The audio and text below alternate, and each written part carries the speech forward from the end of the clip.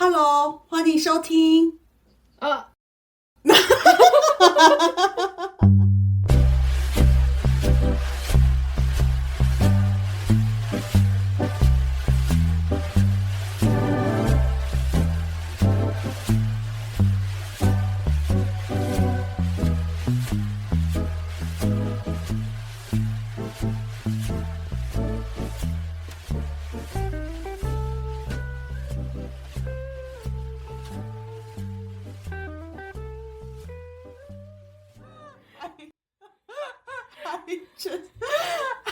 Oh my god.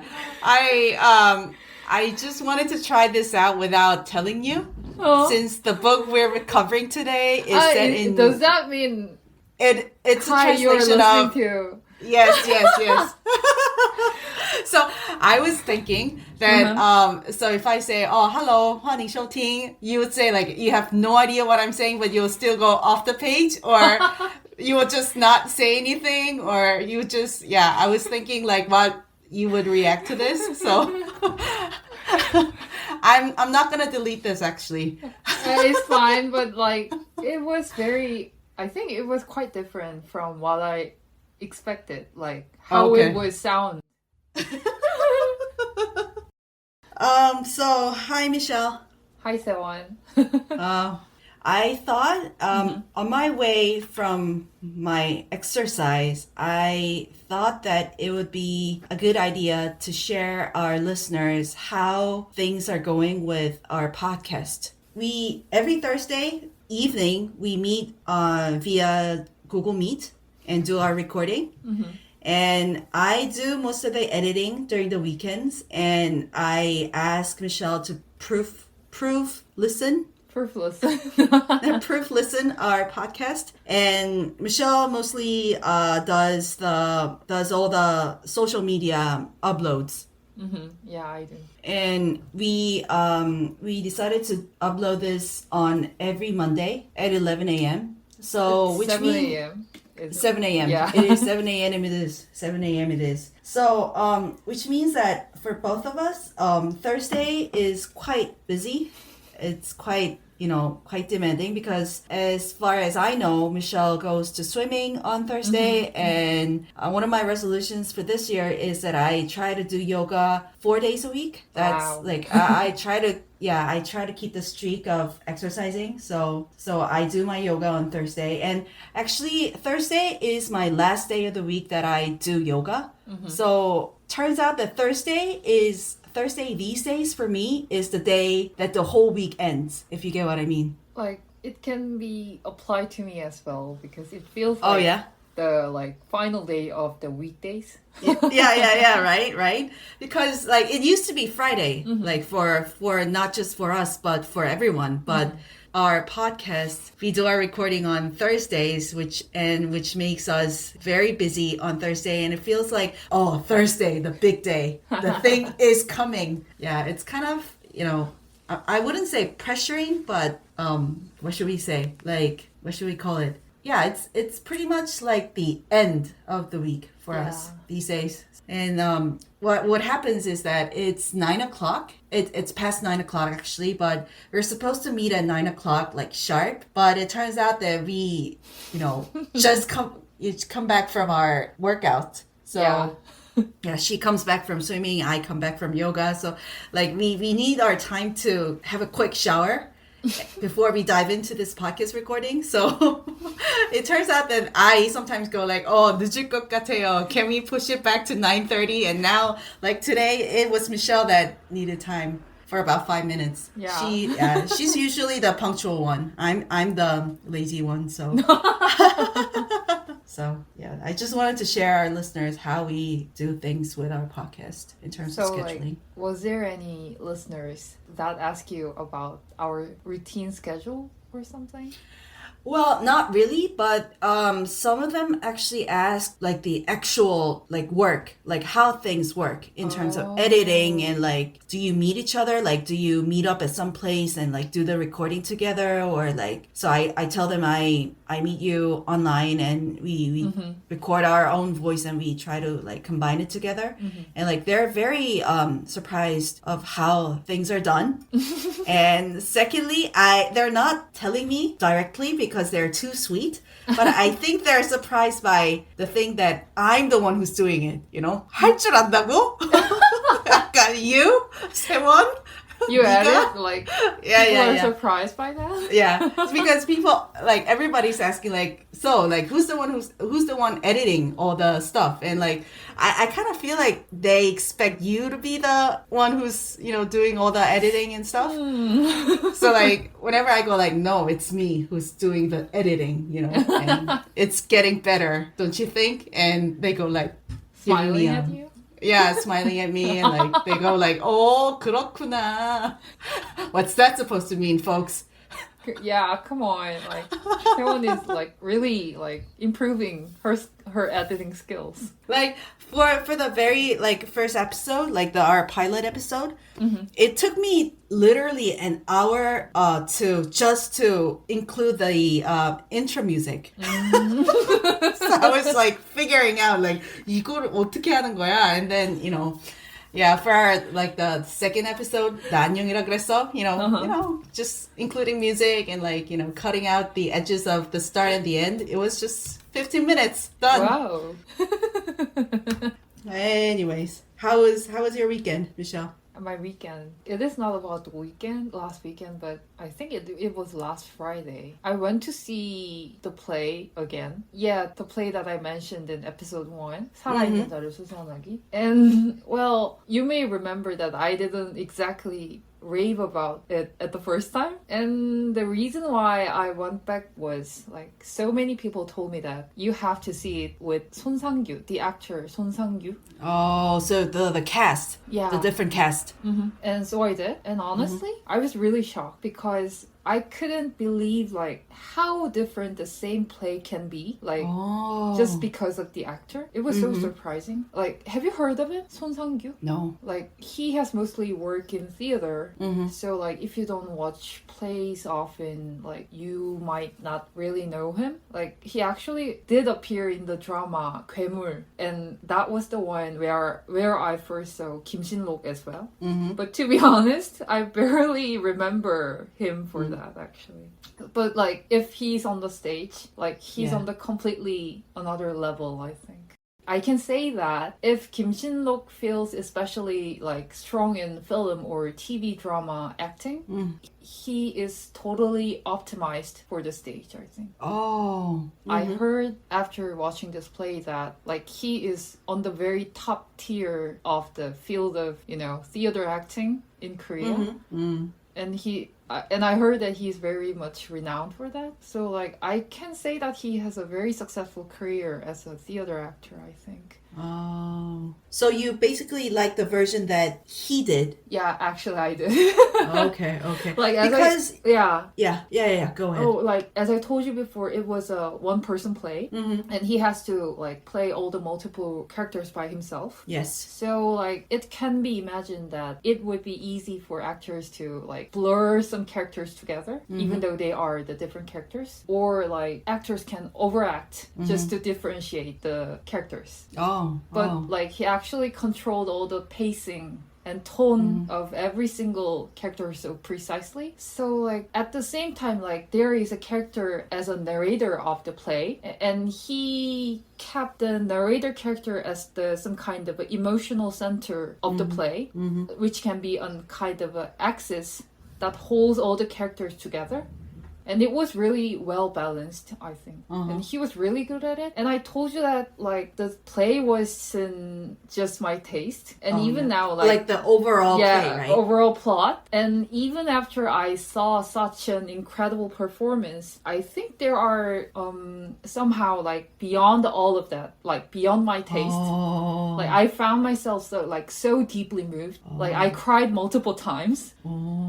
Interesting, because after you mentioned the play, like some of the listeners actually approached us and talked about like they're expected to see the movie as well, and some of them already saw the play and stuff like that. So I wonder how listeners would think about your opinion on the cast. Yeah. But I saw many people saying that like Son Sang-gyu is the best for this play.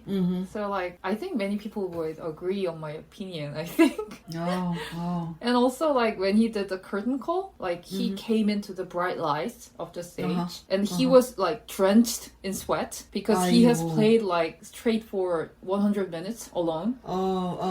Without intermission? There was no intermission. Wow. That's amazing. Yeah. And like he was smiling so brightly and it was so impressive. And also like he was trying to make eye contact with all the audiences. And like he was saying thank you very loud, and like I was just unconsciously standing up and giving a standing ovation with all of the other audiences.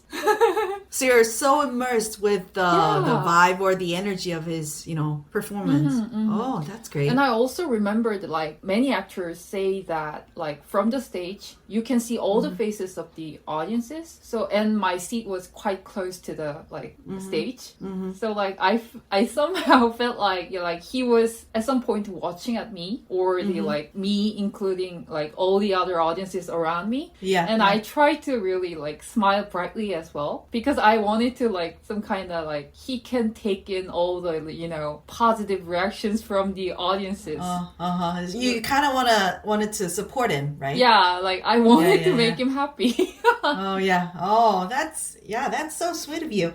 Wow. So how big or how small was the place? It was not a very big place, I think. Like 국립정동극장 has quite a small audience seat, I think.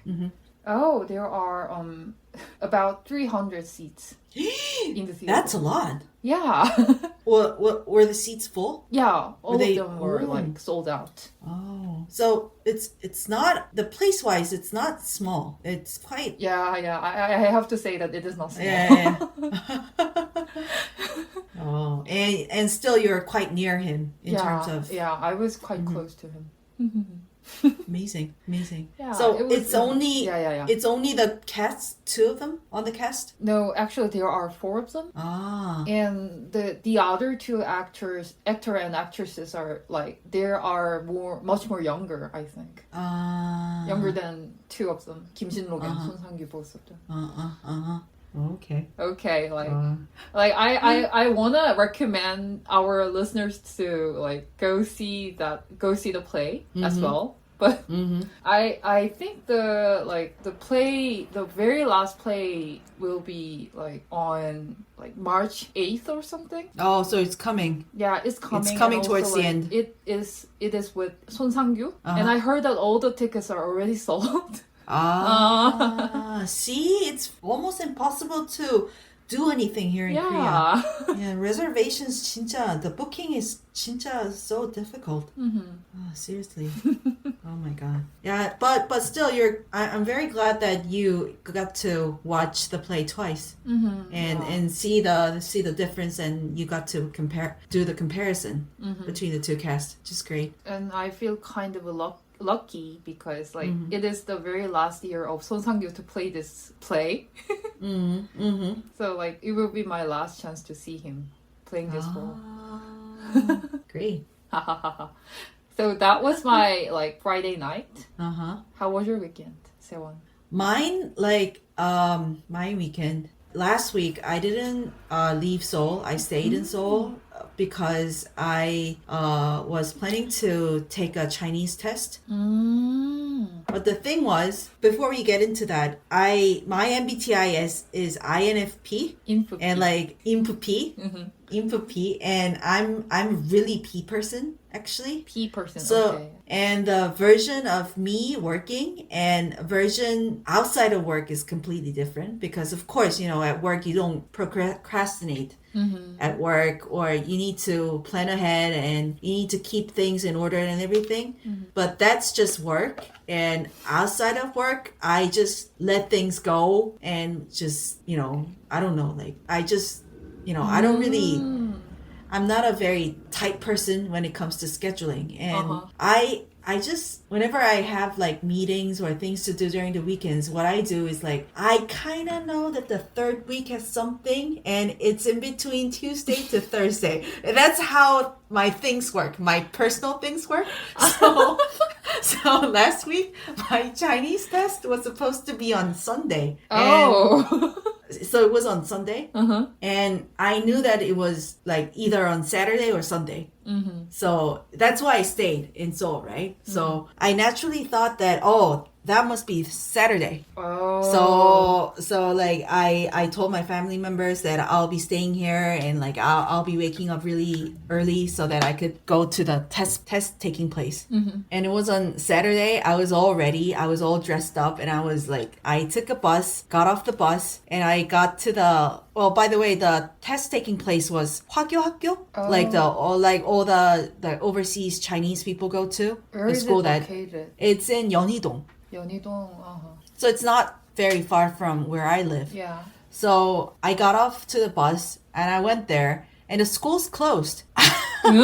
Why? Because it was on Sunday and I went there on Saturday, the day before. So I was like, I did the stupid thing. And I called my mom and like, Mom, I'm going back. And like, what the hell? Like 정신머리가 있는 거야, 없는 거야? And like, 세원아, the scolding voice. So I was like, okay, like since I'm in Yeonhidong in early morning, I might as well just go visit cafes because there are some decent cafes in Yeonhidong, right? Yeah. So I randomly, did a little research with my ChatGPT, and I visited this cafe called Dark Edition. And it turns out it's a very famous place in Yeonhidong that does a very good hand drip coffee. So I took my time and I enjoyed my coffee and stayed in Yeonhidong in the morning. So I on Sunday I visited there again to take the actual test. And what I was very interesting was that whenever like as Korean 직장인s or Korean 학생, the students, one of the things that we do is that we regularly take English proficiency tests, right? Such as TOEIC or like TOPIK. TOPIK is for Korean. TOPIK is for Korean, actually. TOEIC speaking? TAPS or TAPS, things like that, right? OPIK. Yeah. One of the like funny things, like interesting things, whenever I go visit test taking places, that most of the population who's taking this test is, in his 20s or 30s or 40s, right? Yeah. So it's in between 20s to 40s, and many of them are not willing to take this test, right? Yeah. And therefore, their face expression and the energy, the vibe that they're, bring out is very dull and very indifferent. I could just tell from their face expression that they just want to get over with. 그냥 빨리 하고 집에 가고 싶다 kind of vibe, right? True. But like whenever I go taking this Chinese taking test, of course there are like, test takers from 20s to 40s to take, take the Chinese test. But then there are sometimes like children, like teenagers, like I guess like the ages of 9 to 12, like very young children. 9 to 12? Not the some like students from like high school or middle school? Like really young students. And they, they're waiting like us, with us, to take the test. And like one of the funny things is that while these 20s to 40s, like 20대, 40대 직장ins and students are very, very dull and like have no energy, like these children have bright, sharp energy, right? So 이거를 내가 100점을 맞을 거야. I'm gonna get the full score. Like I'm going to be the top of this test, right? Because they're very young and very energetic, and chances are that they have studied at their best, right? Yeah, they are very ambitious. Yeah. So I can tell from their energy that they're here to, they kill it. They're here to kill it. And so like they're this small group of population of children, like very bright and sharp, and majority of the 직장인 and students are very, no energy. And what I found interesting was that they're all monks. 스님들? Yeah. You mean? Oh, Yeah, that's yeah. interesting. That's very interesting. I have no idea why they're taking this test. Like Chinese test that I'm taking is TOCFL. It's a test of Chinese as a foreign language, but it's held by Taiwanese government. Oh. So it's not taken by the mainland China. The mainland China test is the HSK. Oh yeah, I heard of that. Test. Yeah, HSK is quite famous. It's basically the majority that takes all the Chinese proficiency tests. And well, I've taken that test before, but it was about 10 years ago. So like I'm not quite the right person to say like what's good and bad about HSK tests, but like I've never seen any monks taking tests when it comes to HSK. But That's interesting. yeah, that's very interesting. And I took the same test last year in November, actually, the TOEFL test. And I also met some of the monks taking tests. So Maybe they are like there would be some kind of exchanging events with Taiwanese monks. maybe like, so I guess I've never been to Taiwan before, but it seems like Taiwan keeps its religion and it's very close to their society, right? I think. And it's seen like, we can see that from some of the novels that we read, the Taiwanese novels that we read that we mentioned, right? They always, they pray before they leave work or they go to school. But like, I'm pretty confident that China doesn't have that anymore. Like the society and religion-wise is quite distant. Like it's not a common ritual to do, or so like, yeah, that was interesting part. So I took the test on Sunday and I got the result. And the funny thing was that I got the same score as before. Just the same. Exactly right? the same. Exactly the same score. Listening comprehension score, reading comprehension score, exactly the same. Wow. The same level. So I thought that, it's 그만 봐야겠다. No. because I don't have time for studying Chinese these days. I'm very dedicated to this podcast thing as well. Yeah. So yeah, Chinese. Well, I take Chinese lessons every Tuesdays online. So I think that I wish it would be better if I studied more. But for now, I think I'm doing my best. Yeah, I think like maybe you will have another chance to like improve your Chinese skill. At some point in the future. And yeah, I know what you're referring to, and we all know what you're referring to, and yeah, I'll disclose that when the appropriate occasions arise. But yeah, for now, I'll have the chance to study more. So so for now, I'm putting a break from Chinese these days. Yeah, and I'm focusing more on my yoga and podcast. Yeah, actually you are like taking your yoga classes for like 4 times a week. It must be very like tiring, because I heard that yoga, unlike what people usually think, it can be very, exhausting. No, folks, yoga is like almost like 군대예요. Yeah. 너무 힘들어요. It's so tiring. Yeah, actually I heard from one of our mutual friends about yoga that like after she's like finished her like lesson, like she is like totally drenched in sweat. Sweat? Yeah, me as well. Yeah, it's a really like burdensome exercise, I think. Yeah, that's the reason why I want to at least have a very quick shower before our podcast recording. Oh. Yeah, because I sweat a lot and like, I don't want to be in that condition when we're doing the podcast. I want to be in the very comfortable mood as possible. So Yeah. yeah. So that was our weekend this week. 고생했네요. Like 아닙니다. for taking the class. What class? The yoga class? No, I mean taking the test. I mean, I always hated the idea that like we have to take all the tests in the early morning of the weekends. And so like now it feels like it's kind of a like hardship that I have to go through because I'm just merely a 직장인. But don't you like taking these tests? I kind of like. Oh really? Like taking language tests. It's kind of fun for me.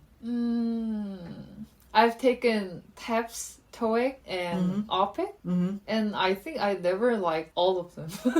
Well, taking like language proficiency test is one of my like luxurious hobby because the 얼마야 the 수강 it's not 수강료, what's it called? Test like fee, 수험료? Yeah. The fee is it's not cheap, right? Yeah. Actually, one of the reasons that I'm not taking HSK anymore is that the price is crazy. Really? It's almost the same as TOEFL. And I've always wanted to study like traditional Chinese character, not the simplified ones. And the TOEFL test, the Taiwanese test is a lot cheaper. It's about 65,000원. That's reasonable.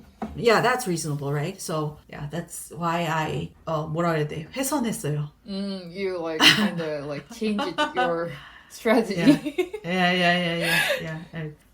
That's pretty much my weekend. Yeah. That's cool. Well, is it cool? Like, yeah, I mistakenly... because like I've never heard of someone taking the TOEFL. TOEFL. TOEFL. I've seen many people taking at HSK, and it is my first time like seeing someone taking that one. So like it was very interesting to hear actually. Ha ha ha. Ha ha ha. Anyways. Yep. Anyways. Shall we talk about the book now? Yeah. Let's dive in. Yeah. What is the name of our book for this week? It's in Korean. 나는 북경의 택배기사입니다. English, it's I Deliver Parcels in Beijing.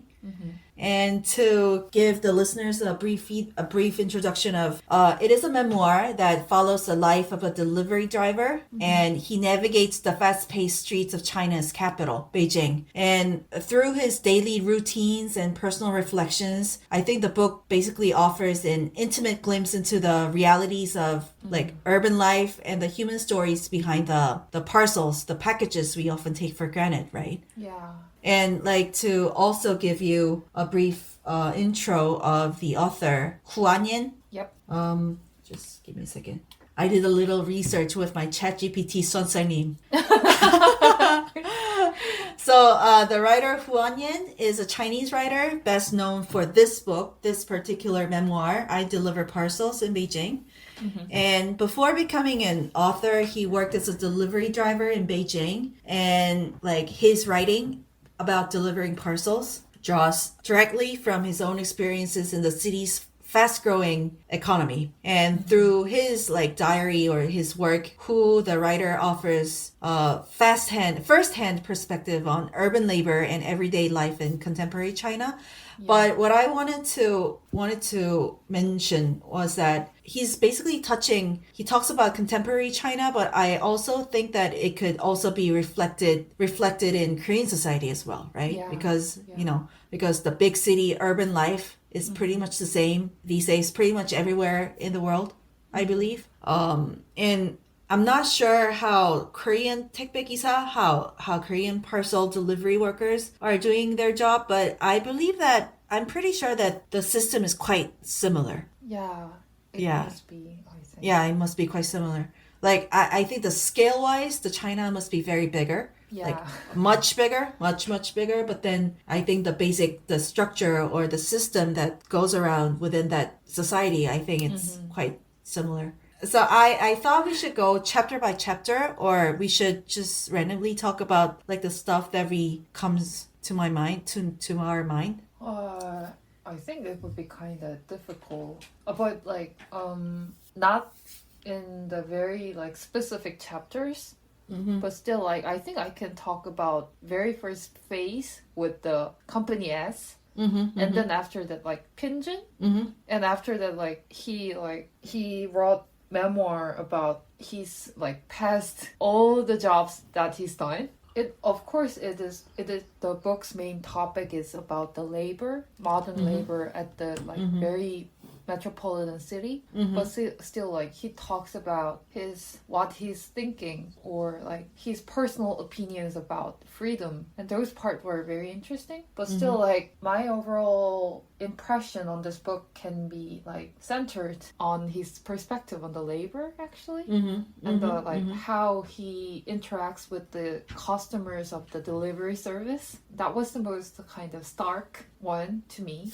And do you remember that like he had a list for revenge? But it's kind of it's hard to say that as a list because there were only two. Right? Yeah.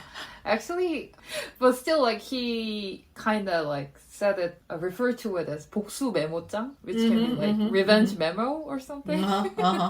And like the part was really kind of left a very stark impression to me. And he lists all the bad customers that he encountered as a delivery person. And I wanted to mention the episode with someone. Okay, some customers might accidentally put down their old addresses before moving.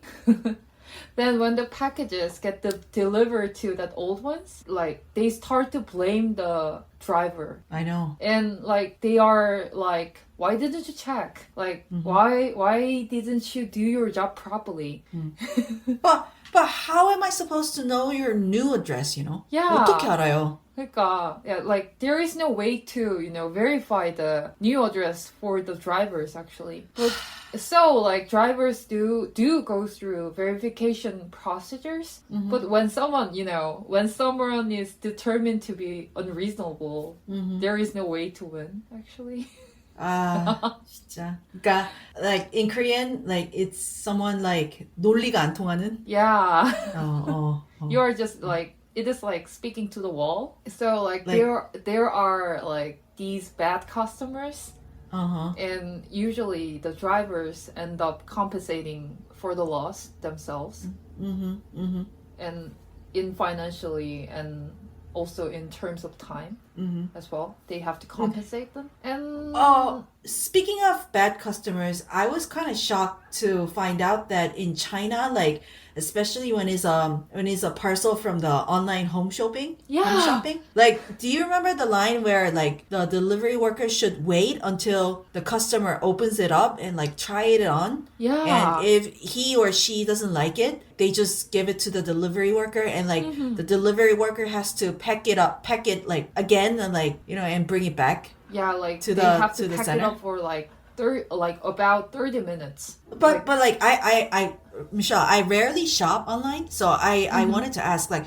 it never happens in Korea, right? Yeah, like so I thought that it may be kind of like very specific service that is only like given to the customers at certain VIP service, I think. Well, I think it's specifically for the VIP customers, but like on one hand, I thought that, since like it's my speculation, but since China has a very big manpower, right? So like the population is it's something that is taken for granted, right? So, well, my experience in China was something that happened 20 years ago, so it's not recent, so it's very ancient. But since there are so many people to 채용해, right? So the memory that I still keep in my mind is that when you go to a shopping mall, like a mart, like a ima트, this might not happen anymore because we all have like the machineries to clean up everything. But like back in the days and 20 years before, when you go to the mall, there would be a person who's mopping the floor. And right behind, there will be a person following the mopping guy, drying the floor at the same time. Good. 진짜예요. That was what I witnessed 20 years ago. Wow. So so when I saw that, I was like, China has a lot of population, and therefore they could, easily hire people and do like this kind of, work to this extent, right? So whenever when I saw this line, you know, the shopping mall, the episode, I was so shocked, and at the same time I kind of speculated that it's because, you know, there are so many people in China. Yeah. Maybe they're just, you know, doing this too much. They're like, it's a service, but I think it's too much, don't you think? 이거 너무 it's too much. And I also remember the line that when this author was working for some kind of a VIP specialty shops, and when the drivers receive a return request, they have to collect over like a dozen separate components on their own and carefully pack each one into this like very complicated cushioning structure or something. And like they have to struggle for like nearly 30 minutes just to finish the like repackaging it.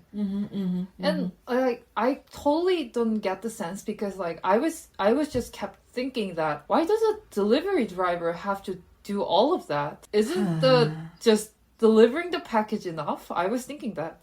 I assume that pretty much the same thing would happen to Korean delivery workers, I think. But while reading it, like, I also find out that, you know, this is, I think this is China specific, but do you remember the lines when, you know, he mentions about a lady who recently joins this delivery, not delivery work, but like the what 그래? Allocating parcels. 상하차. Allocating parcels in one place, in one big place. And do you remember the line that one lady comes in and she's got fired in about 3 hours later because it turns out that she cannot read Chinese characters? Yeah.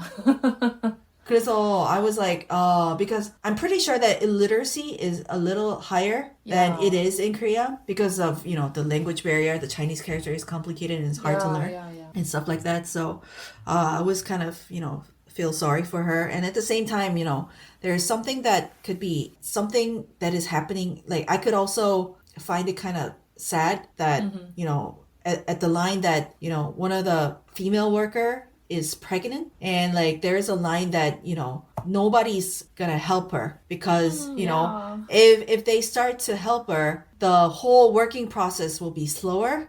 So for the sake of, you know, 효율, for the sake of efficiency, it's better to not help the pregnant women and make her to just quit. And like he mentions it, he feels guilty about it, but on the one hand, he talks about, you know, as time goes by, things are so hard and like the work environment is so demanding, right? So he mentions that his 성격 is getting 나빠져. Like he senses that, but there's no way to make it better, make the situation better. So this kind of situation, we could also apply that to our own work environment, right? Well, it's not exactly the same, but similar things happen, right? We try our best to give out all the information or give out all the tips that we know to our newbies, the newcomers. But at the same time, due to the, you know, constraint of time or due to our, you know, limit of our own energy, and like it's kind of hard for us to always be kind, and you know, so yeah, sometimes people get hurt and new hires get hurt, and we call it 사회생활. But yeah, in the name of 사회생활, I think newcomers get hurt, and those who have taken some amount of time at a specific workplace, they also get hurt at the same time, right? Because it turns out that if you are a diligent worker, if, for example, if Michelle turns out to be a diligent worker who never slacks, chances are that Michelle would get the most work, the more work would be, you know, given to her, assigned to her, right? So this kind of situation is very similar to, like, I think this applies to all workplaces. Like without any, totally like, agree.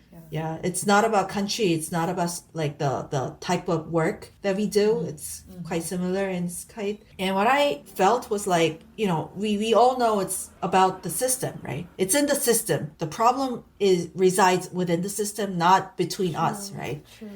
So I always think about we happen to work at the same workplace and we meet each other almost every day, unless we take a day off or two. And we always talk about things like this. And, I'm very lucky to have met you. And I think that you would feel the same as well. Yeah, I totally. But this kind of situation or this kind of relationship is, I think, very rare. Yeah. And oftentimes this is not the case. Yeah. And oftentimes I think this is one of the reasons why like people end up thinking 회사는 회사니까. Yeah. Like I just leave it that way. And I kind of agree. Like I partly agree of what they're saying. But what I'm trying to get at is that unwillingly, we spend the best time of the day at work, right? Yeah. Like there's no choice unless you quit, right? So our very precious 9 a.m. to 6 p.m., like inevitable but to be put to our workplace, right? So what I'm trying to do is that, if this is something that I cannot change, I want to make it as fun as possible or like I want to make the best time out of it, And that's why like I try to be funny or even though we kind of encounter bad situations or we meet bad people, right?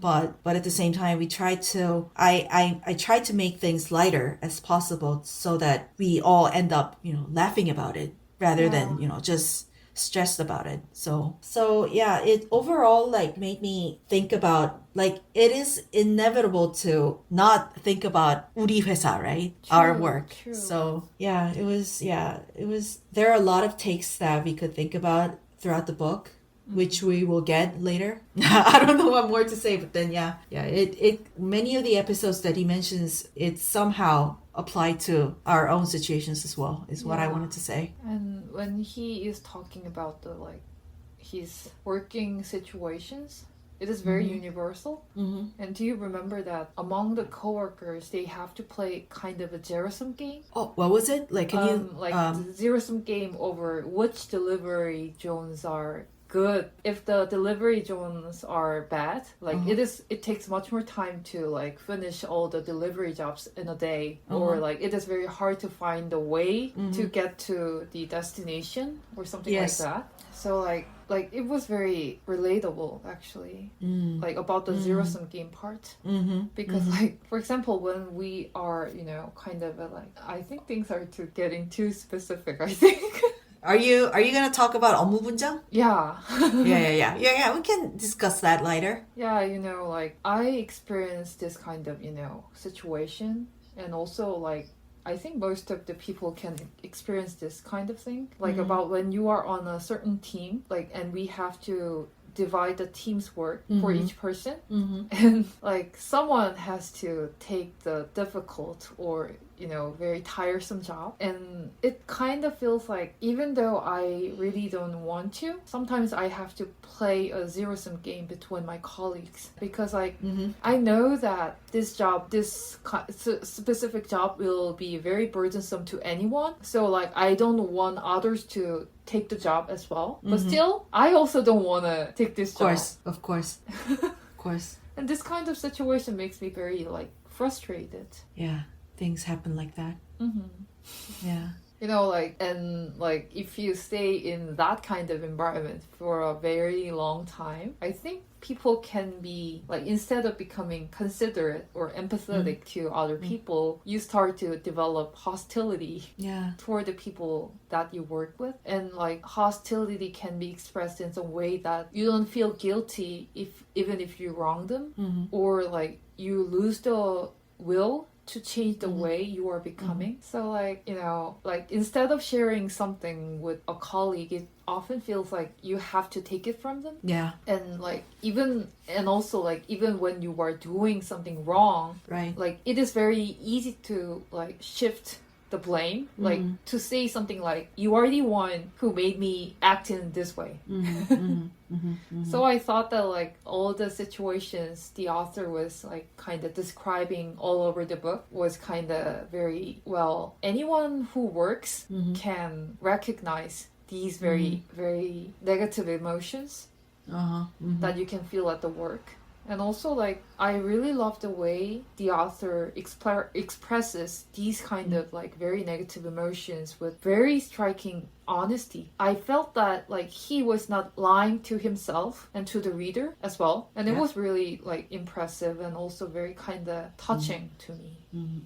He was trying to be honest at his best. And adding on to that, I think the author also gives us an answer. Like, not an answer, but like one of the solutions. Not the solution, like, I don't know what to say, but like things that could ease things a little bit by, showing appreciation is very important, I think. Because the 업무 분장 situation, like, always happen, right? It always happens. And I think, well, maybe I'm being too naive or I'm being too idealistic, but I still think that if that kind of situation happened and if one of my close work bestie is getting the job, or is it me who's doing that has to do the job, whether or not, I think it's very important to show appreciation. So like if it's me, I think the teammates should be very appreciative of me taking the job, And I think it's very important for the team manager to make that official that, for example, Michelle is taking this job, even though nobody's willing to do this job. So thank you, Michelle. I think it's very, like, it's simple and it's 돈 더 버는 것도 아니죠. Yeah. It's nothing to do with the money. But then I still feel that it's very important for the team manager to officially address that. It's Michelle who's taking the job, and therefore we should be appreciative what she's doing. And at the same time, I think the team manager should be able to give the guidance that, for example, this time it's Michelle who's doing the job. But if another occasion arises, it would be someone, but not Michelle. Yeah. Like by team manager officially stating that, I think it makes the, feelings a lot lighter, I believe. I mean, like, I totally agree with what you said, because like when a person is in a like kind of a very difficult situation at the work, and when it feels like it'll never end, and I think that is the most frustrating part, that one cannot know when this situation will end. I know. So like I really agree that like it is very important to like guide all the teammates about current situation and what will come like afterwards. It is very important, I think. Speaking of showing appreciation, do you remember the lines when at the very end of the delivery work part? He mentions about, at some people, for some customers, I used to be the best delivery worker. Yeah, and I remember that part. Yeah, he appreciates a lot, right? And he keeps that in his heart, and like, he feels 보람 from it, right? Even though it was a toil, it was very hard work, I think it's not about work, but I believe that we should show more appreciation. So true. To others, to our family members, to our friends, to our work friends, the colleagues. Yeah. Still, like, showing appreciation could make things a lot easier for all of us, I believe. And like when the author was in the like doing the job as a delivery worker, like he seems to be not getting enough appreciation from his customers and from the company as well. So I was very, stressed out reading the episodes, especially when he was working at the Company S. I don't know like much about the Company S because I'm not very much familiar with the Chinese like delivery services. Me neither. Oh, yeah. So like I was really stressed out and I had to stop and take a break. At some point. And this is kind of a side story, but I ended up watching Bridgerton series on Netflix, actually. So you actually took a break from this book and started watching, what do you call it? Bridgerton? Bridgerton season 4. The show is currently airing. The season is currently airing on the Netflix. And this season 4 has a maid as a female lead. So like, compared to previous seasons, like there is a lot more focus on servants working for aristocratic families. Like I haven't watched any of the episodes, but as far as I know, the lead role, the female lead role of this season, she's a servant, right? Yeah, she's a servant. She's a maid for the Bridgerton family, actually. And you know, like, and the female lead's character name is Sophie, and Sophie now works for Bridgerton family, but like when before she gets to get a job at the Bridgerton family, like she was working for other, you know, aristocratic families, and they were truly like, they were clueless aristocrats, like saying nonsense to the maids and footmen, and they were acting like they were being generous to the workers. And watching all the situations, even at the drama, like, it honestly made me even angrier, actually. You know, like, I couldn't help comparing the maids and the footmen in the Bridgerton to the delivery drivers depicted in the book. And I was kind of very much frustrated about the fact that, like, both of the groups, like both of the working class groups, are not getting much appreciation from their like main customers. So I like kind of picked Bridgerton series as some kind of a like 도피처 for this book. But still I ended up like thinking about all the like hardships that workers go through in both of the series. So like you ended up not focusing on romance part of it. You just ended up, you know, thinking how, you know, unfair it is as a like, working class God, group. like why all the 귀족s are so mean to them? Like I was I actually have a question. It happens the characters, actors and actresses are from all races, right? Yeah. So there's no like, for example, black touch to it or Asian touch to it, or they just disregard all the race part of it, but just the actor and actresses are racially, what do you say, non-white? The like main structure of the show was quite like I think it is kind of very 눈치고 넘어가는 느낌이 있는데 그러니까 긍정적인 방식으로. For example, the like female lead of the season 4, Sophie, like Sophie is starred by a Asian actress, and so therefore she of course looks like an Asian woman. And there is like the episode 1 is about masquerade ball, and our like female lead and male lead first meet at that ball, like with their mask on. on their face. Yeah. But still, like, we can see that Sophie's Asian. But, like, now the, like, male lead, his name is Benedict. And then Benedict is trying to find the, like, silver mask lady, like, all over the London.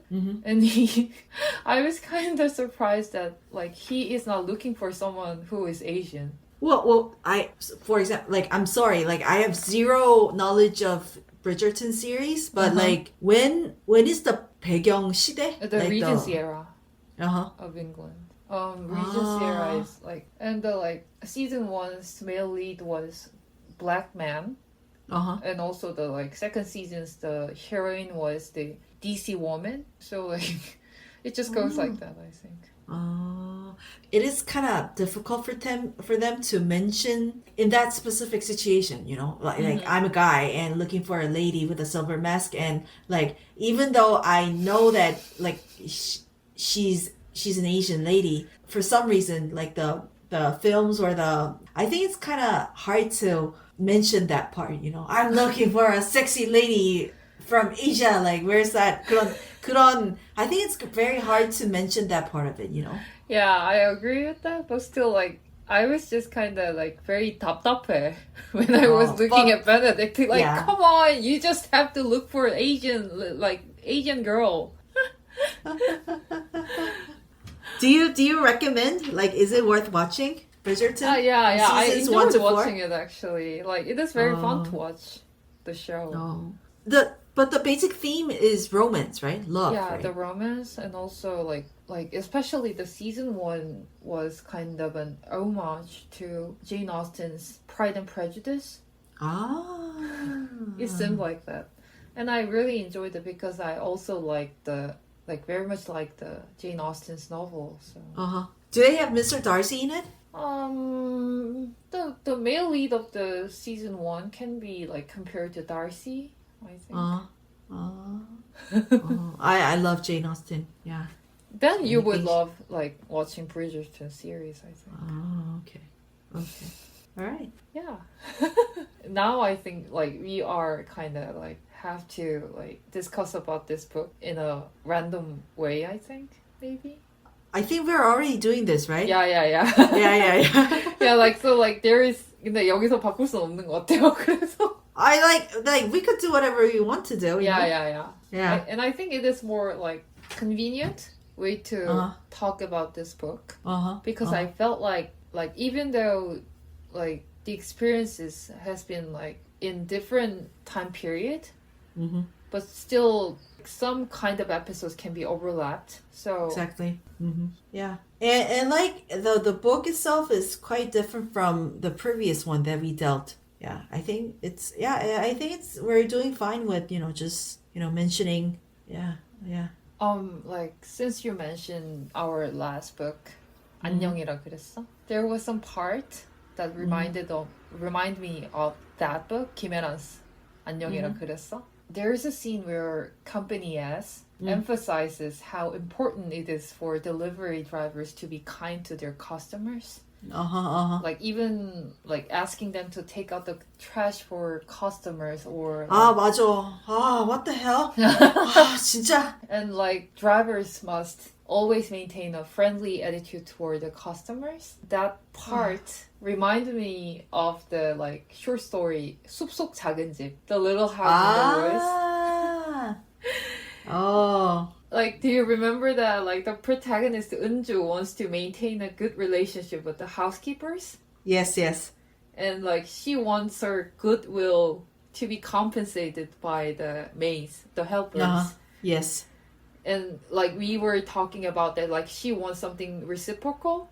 And honestly, like we both understand that like it is a very human desire. But at the same time, like for those housekeepers or like for delivery drivers, being kind to customers might mean performing additional emotional labor on top of the work they are already required to do. And also like there was also a line in this book that where the author says that once I stopped calculating returns against investment, every customer treated me kindly and gave me sincere smiles. And I thought that this line can be like interpreted as like in relationships where gains and losses are constantly being calculated, kindness of a worker inevitably becomes something transactional. And agreed. It was kind of almost like a commodity that can be converted into money. So like this part really reminded me of the previous story we talked about.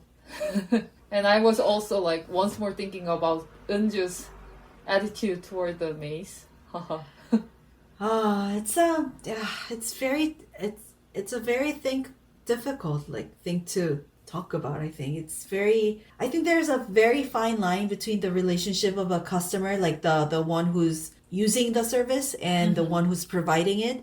Like it's good to be nice to one another, but as you said, staying good to one another could be another service that should be provided, like should be made from the service producer's side, right? Like I was just like very much impressed by the like there was a customer who was praising the company in front of the driver, saying that like company has really provides excellent service unlike that other delivery company. And when the author heard such compliments, like he was feeling that extremely uncomfortable because like he was actually envious of the other delivery company.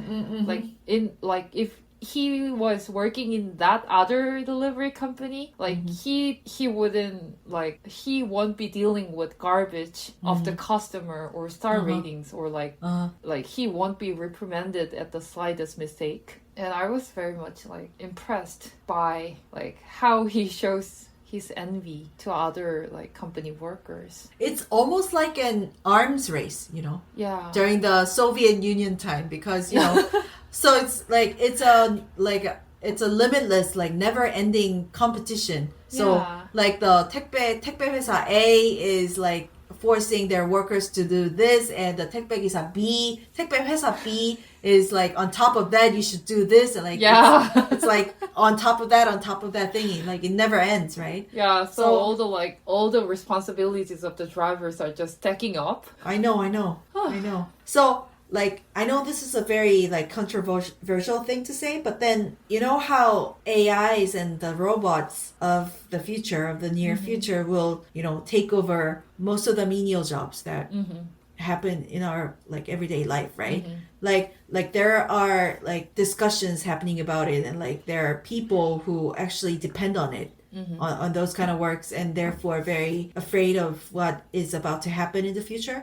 But at the same time, maybe like I don't know enough, and therefore I'm saying this naively, but then I feel like I believe that what like these AIs or these robots, if they take over our jobs like this, it also means that we no longer have to do that kind of service to the customers, right? To the clients, right? It's just a machine. So it's almost impossible to do the extra 친절 to humans, right? Because human beings already know that it's a machine, so they know that it's not coming from their heart, right? Yeah. So it will end up not expecting that much kindness, not that much to that extent, right? So I kind of feel like the future, our upcoming future, is quite optimistic in that way. 그런 AIs, the coming advent of AIs or robots, I think they will solve some of our problems, I think, in that regard, I believe. Yeah. I kind of get the sense of what you were saying about the AIs and Yeah. all the technologies. Yeah. Anyways, well, like speaking of his episodes, you know, we've previously discussed that like there is a paragraph that we all thought that it's worth talking about, and we turned out we both highlighted the parts, right? So so this is the part that like he shared some of the diaries that he wrote on his WeChat account, moments, and I thought it would be good to share with our listener in Korean version and at the same time in English version, and we talk about like how he thought about this specific paragraph, his diary. So I might read the Korean, and why don't you? English Yes, version please. So it goes like 당시 모먼트에 썼던 글이 마무리로 적당할 것 같아 붙여둔다. 인생은 나선형으로 상승한다는 말을 누가 제일 먼저 했는지는 모르겠지만 적절하고 생생한 비유다. 다만 상승의 폭이 무척 작고 속도가 느리다는 말이 빠져 있을 뿐. 인생은 등장하는 이름과 형태만 바뀔 뿐 늘 지난 날이 반복되고 우리는 과거에 만났던 사람을 새로운 이름으로 다시 만난다. 타인은 나와의 관계만 있지 개성은 없다. 예를 들어 여자친구를 사귀다 보면 시간이 갈수록 전 여자친구가 비슷하다는 걸 발견하게 된다. 단순한 착각이라고 치부할 수도 있지만 두 여자는 이름과 외모가 달라도 내 여자친구를 연기하면서 그 배역에 맞춰 공통된 면모를 보여줄 뿐이다. 배우가 다르고 각본이 다를지라도 똑같은 인물을 연기하면 두 배우가 보여주는 모습이 상당히 비슷해지는 것처럼 말이다. 그 사실을 깨닫고 나면 다음번 여자친구도 지금의 여자친구와 별 차이가 없을 거라고 확신하게 된다. 첫 여자친구를 사귀었을 때 이미 마지막 여자친구와 만나고 있던 셈이다. 새로운 회사에서 만난 새로운 상사와 동료 역시 금세 이전의 상사와 동료로 변한다. 그들은 내 인생의 배우들일 뿐이라 어떤 일을 겪고 어떤 대우를 받을지 예상할 수 있다. 그리고 마침내 이 세상의 구조, 그런 사람들은 나를 중심으로 그려진 원이고 그들의 반경이 바로 나와의 관계라는 사실을 깨닫게 된다. 당연히 같은 반경 위에 여러 개의 원이 중첩될 수 있으며 그건 평면이 아니라 나선형으로 상승하는 인생의 한 조각이다. 바로 그래서 사람들은 생각이 단순한 사람을 좋아한다. 단순한 사람들은 표상을 꿰뚫어 보지 못해 본질에 도달하지 못한다. 그들에게는 살아가는 날들이 완전히 새로운 날이고 만나는 사람들도 전부 낯선 사람이다. 그들은 똑같은 고통과 행복을 무수히 겪으면서도 매번 처음인 것처럼 느낀다. So that was Korean version. Korean translation of his diary. And I'm gonna read the English version of the text. Yes, please. And it goes like, life is an upward spiral. It's a vivid image, whoever said it first. But it gives no notion of how slowly this upward motion occurs. By only the smallest degrees, at an almost imperceptible pace. Past lives are always repeating, as are the people who feature in them. All that changes are their names and appearances. Individuality is a myth. All we have that is unique to us are our relationship with others. Relationships that repeat. When your new girlfriend starts to seem more and more like your last girlfriend, know that it's not because they are all that similar as people, but that their having been your girlfriend has shaped them, bringing out certain facets of their personalities. Like two actors playing the same character in different films, their performances are going to share some things in common. On this fact, and you will know what to expect from your next beau. In fact, you met her when you met your first girlfriend ever. The same goes for the new company you've just started at, and your new boss there, and colleagues. Soon you will see them becoming like your previous bosses and workmates, and you will know what experience awaits you just around the corner. These are all just actors and setting in your life. A series of stacked circles of different sizes, with you as their axis, spiraling upwards. Some of them line up, others don't. But it's no wonder that people envy the simple-minded for not being able to see beneath the surface of life to this essence of things. For them, every day is a new day, and every person they meet a stranger. They get to experience the same pain and joy over and again, untold times, each time as if it were the first. Thank you. I kind of resonated with him by saying that after all, my current girlfriend will become like my previous, and my future girlfriend will be like my current girlfriend. So it's all girlfriend, right? I think he's not talking about like the individuality of the people whom we meet, but it's more about like when in all situations we kind of take the role, right? Yeah. For example, like now we're doing this as a co-host, but at work we work as colleagues. You know, that kind of like what I'm trying to get at is that Michelle most of the time is not Michelle. It's hard to be Michelle herself. And same for me, it's hard to be Sewon all the time, because it's not just about Sewon, but it's Sewon at workplace and Sewon doing the podcast with Michelle kind of thing. It's all about wearing that specific type of role that you're wearing, and that ends up making the relationship kind of all the same, regardless of regardless of people who we meet. So I think like the whole paragraph gave me the feeling that it feels kind of 허무해. Yeah.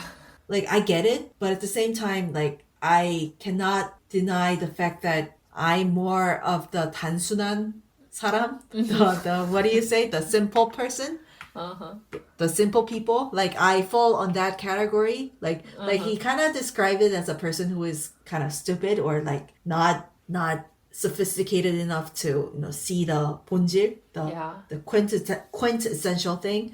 But I cannot deny but say that I fall into that type of person. But at the same time, I am okay with it because me being that 단순해, that simple, kind of gives me like the power, not the power, but like gives me the energy to go on. Like I forget about my previous manager. I forget about my previous colleague that made me unhappy. And therefore, like like I don't think that my current colleague or my future colleague will do the same to me, even though the work situation is all the same and they will end up giving me the same bad feelings or they'll hurt me in the same way that the previous colleague did to me. I'm not thinking about it like in daily life, and I think that actually makes me go on or move on. I mean, I agree with that.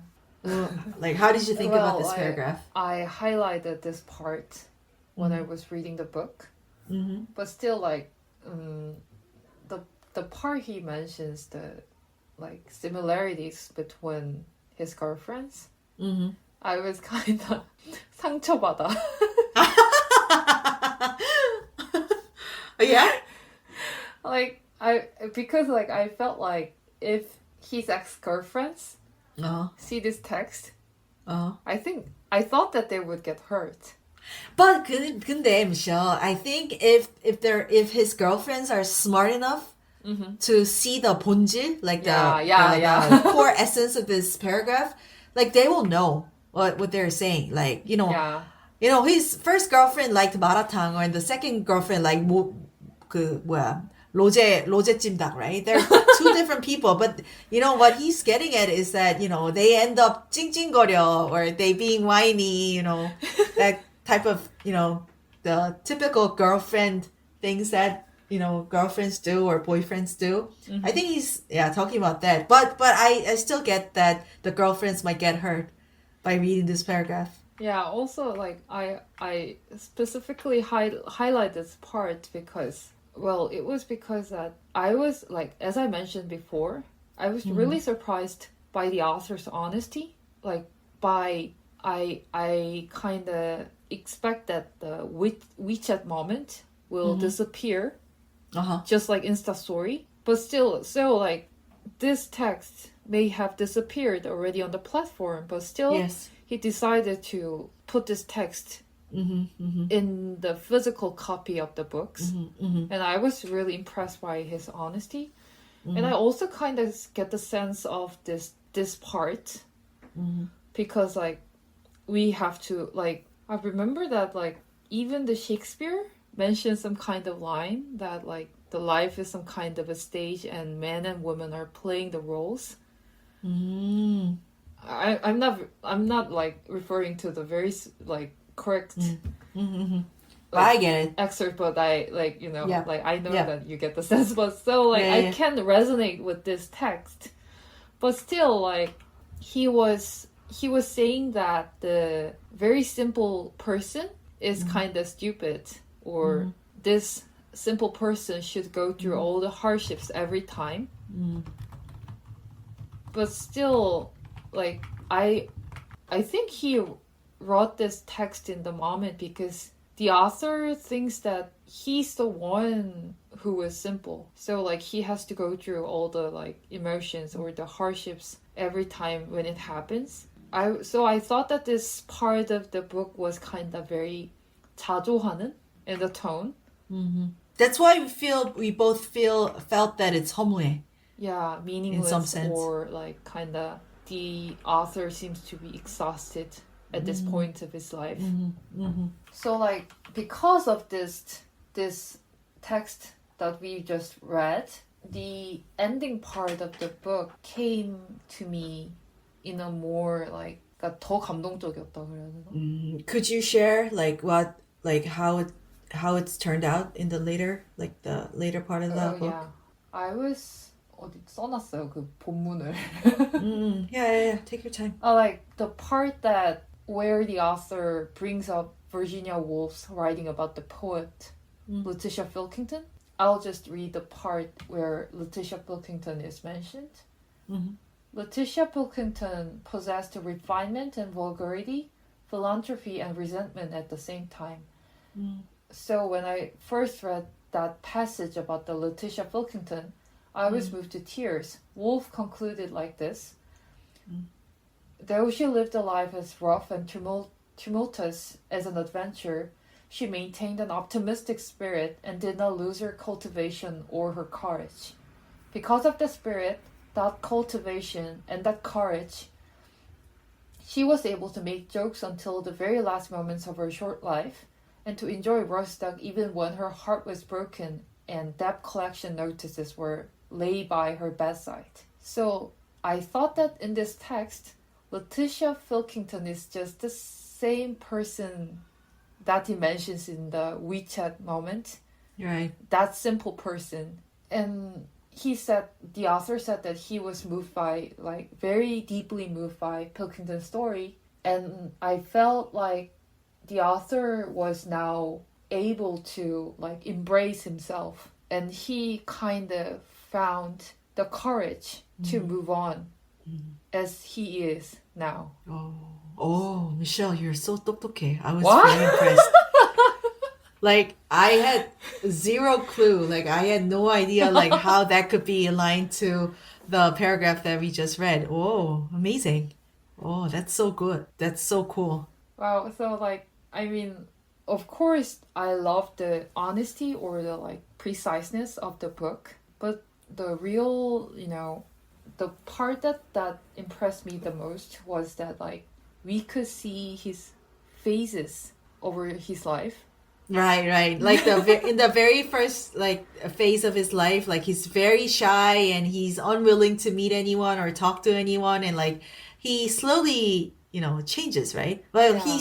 he's still the 내성적인 사람, but then like like he no longer get fooled by people or like seeing someone's faces and seeing someone is like starting to live up to one's own personality as it is.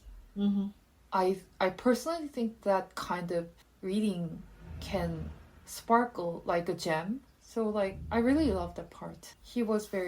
We can see that he's a very diligent worker, and I thought that he is very diligent writer as well. Haha.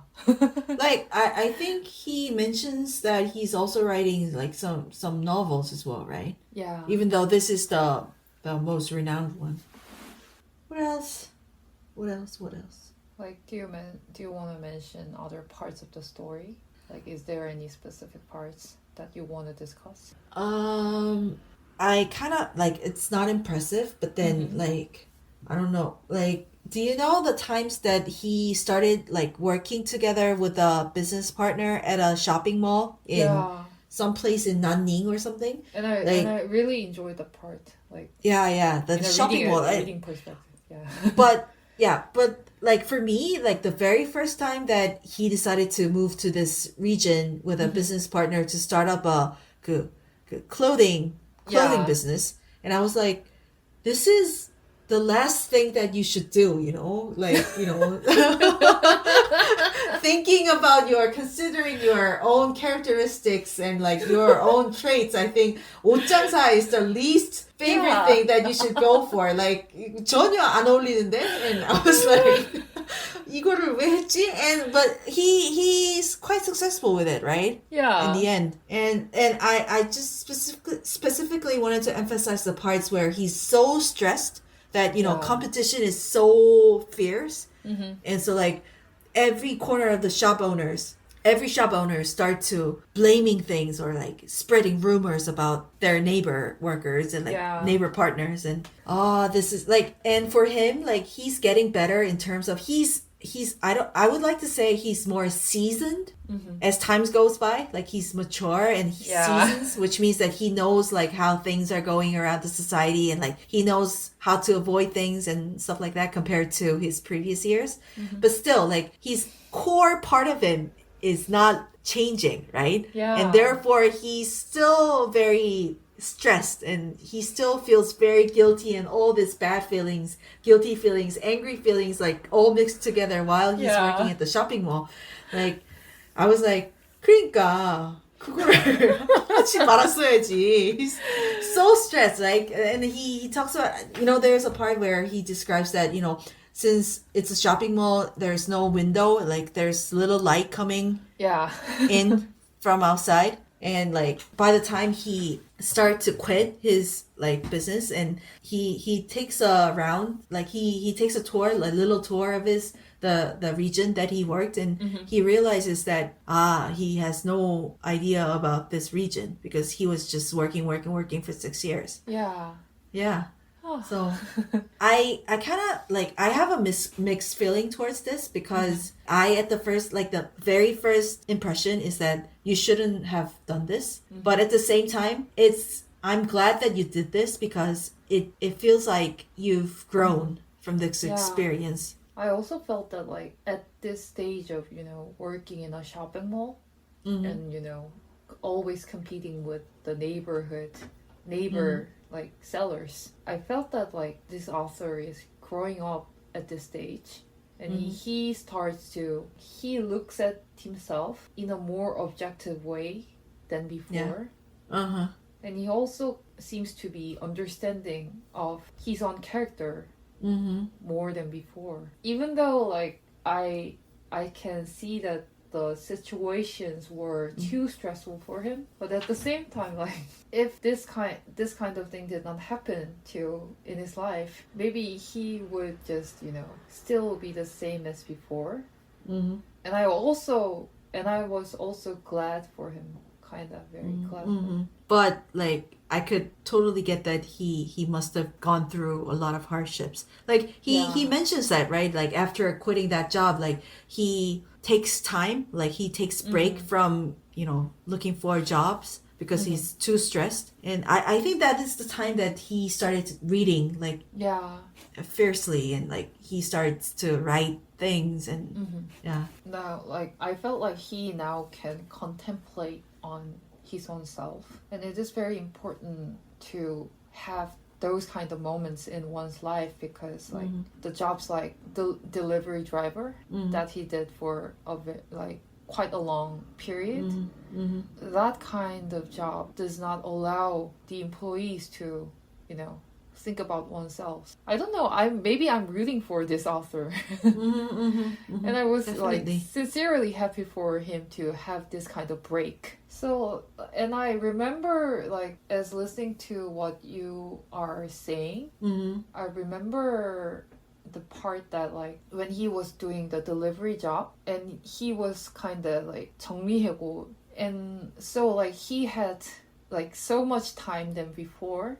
yeah. So like he did the like delivery job in a like reverse way, just to enjoy the abundance of time given to him. And like for example, he mentions that it was his first time to see this particular place at 8 or 9 a.m. because like, and he since like he has seen this place for the first time at this like particular period of the day, so like he could find out the very new angle to the place that he's been working for like several months, and he kind of feels like he has some kind of a shifted perspective of the space and time during this like doing all the jobs in the reverse schedule. So like after seeing the like very familiar places that he's been gone through, he finally thinks that like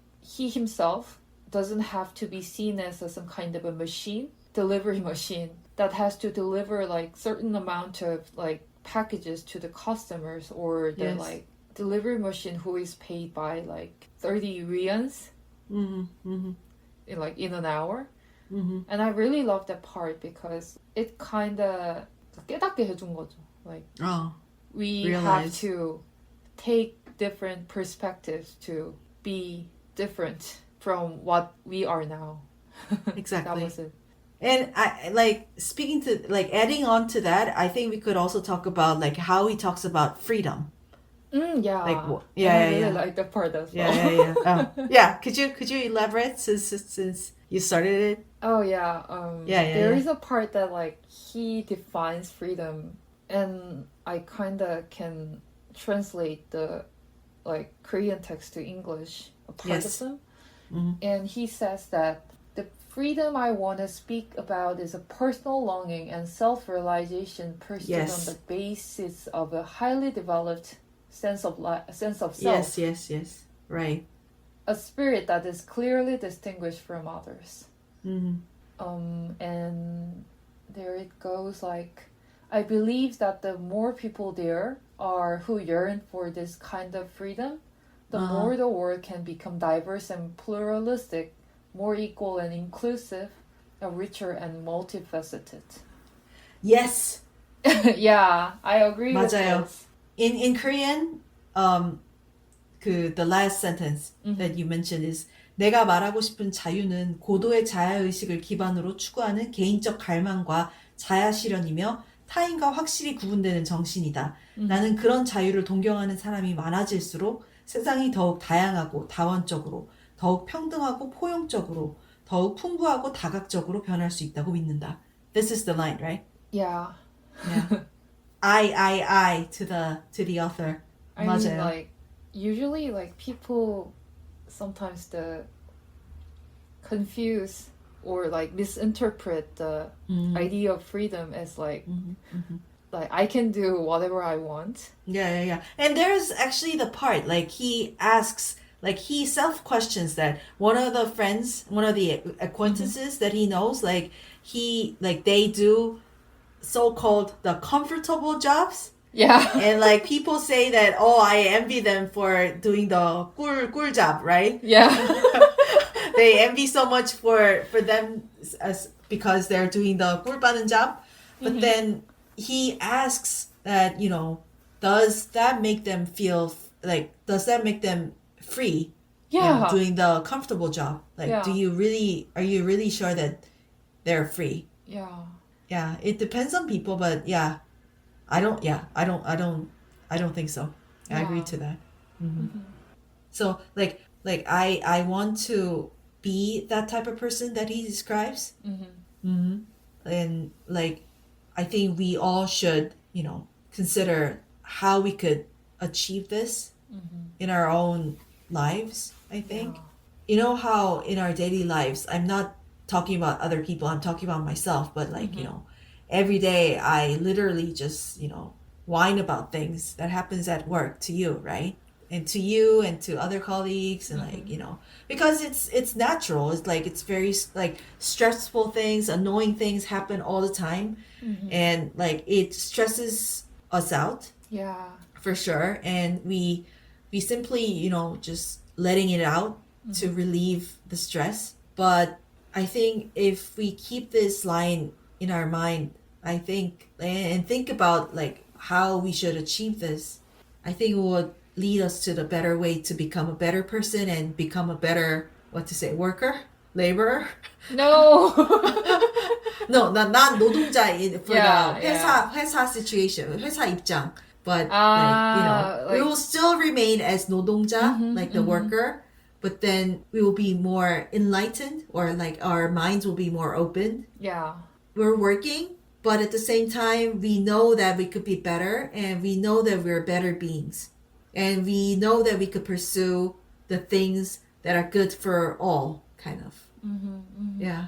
And I like the idea that sprouted out from the author's like perspective on the freedom. I really like appreciate your thoughts on this part, because I was just thinking that like this part is very impressive and this part is very kind of touching in some way. Now I can realize that I felt this one as impressive because I think you explained all the like reasons why I was so much impressed by this part. I think I really like your comment. I'm kind of like very much touched right now. Yeah, I think the sense of solidarity again, like 연대, is very important, and like keeping us like constantly keeping us aware of these things about 자유 and like 자아 실현 and all the 자아 things. I think it's very important for like so all true. the workers. Yeah. And the part that mentions the freedom is like almost like near to the end of the book. Yes, yes. And do you remember the very last line of this book? What's it say? It's in Korean.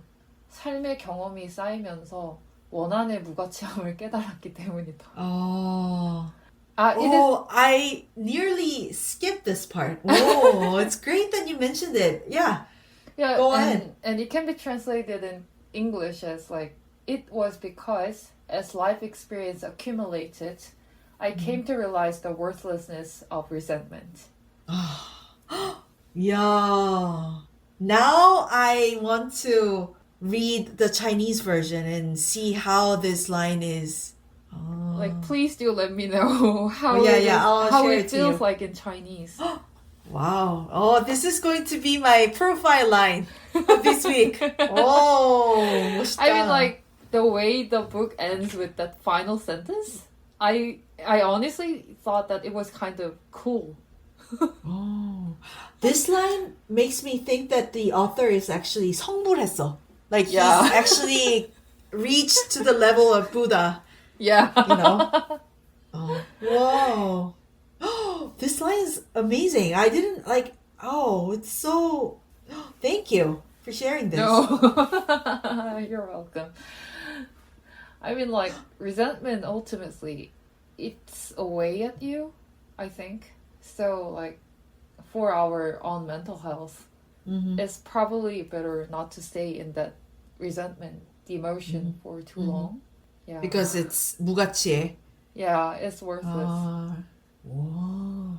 Wow. He's kind of, stating this and telling readers that I've become a Buddha almost. Yeah. I felt in that way too.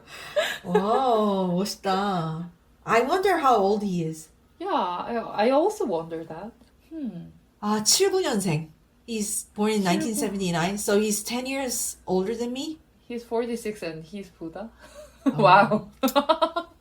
근데 I think like life experiences, like regardless of age, those who have a lot of experiences, sometimes you run into this person who is very young and yet she is very mature. Yeah. And at the same time you meet someone in their 60s and they have no clue of how hard the life could be, how hard the life could become. Yeah, right? they are so childish. So very like 유치해. 그러니까 I think 나이 has nothing to do with the 그 성불. Yeah. True. 79년생. Okay. Yeah. I'll definitely find the line in Chinese and I'll share it to you. Thank you. And I'll share it with the audience as well. Yeah. Yeah. So this is pretty much it for this week. Yeah. Yeah. Like, we hope, like, maybe the listeners. I personally highly recommend this book because this book is written in a very simple and easy language. Yeah, right. Still, it is very precise and also very accurate. Yeah. And for next week, we also randomly chose our books. Yeah. And as far as we discussed, it's going to be 2 books, not 2 one. books. Yep. You're right. So for the first time, we're going to cover classics, Yep. the classic literatures. The one is may I introduce? Yeah. Yeah. The first one is Kurt Vonnegut's Slaughterhouse-Five, and the other one is No One Writes to the Colonel by Gabriel Garcia Marquez. So we just found out that Michelle's been reading Kurt Vonnegut's work, and I told her that one of the best books I've read like so far is No One Writes to the Colonel by Marquez. So we just ended up, why don't we just slightly cover like the books? Yeah. Any other comments? Any other takes that you wanted to mention? No, I think it is enough for like today's episode, I think. Yeah. All right, then let's call it a day. Thank you for listening. Thank you for listening. Bye-bye. Bye-bye.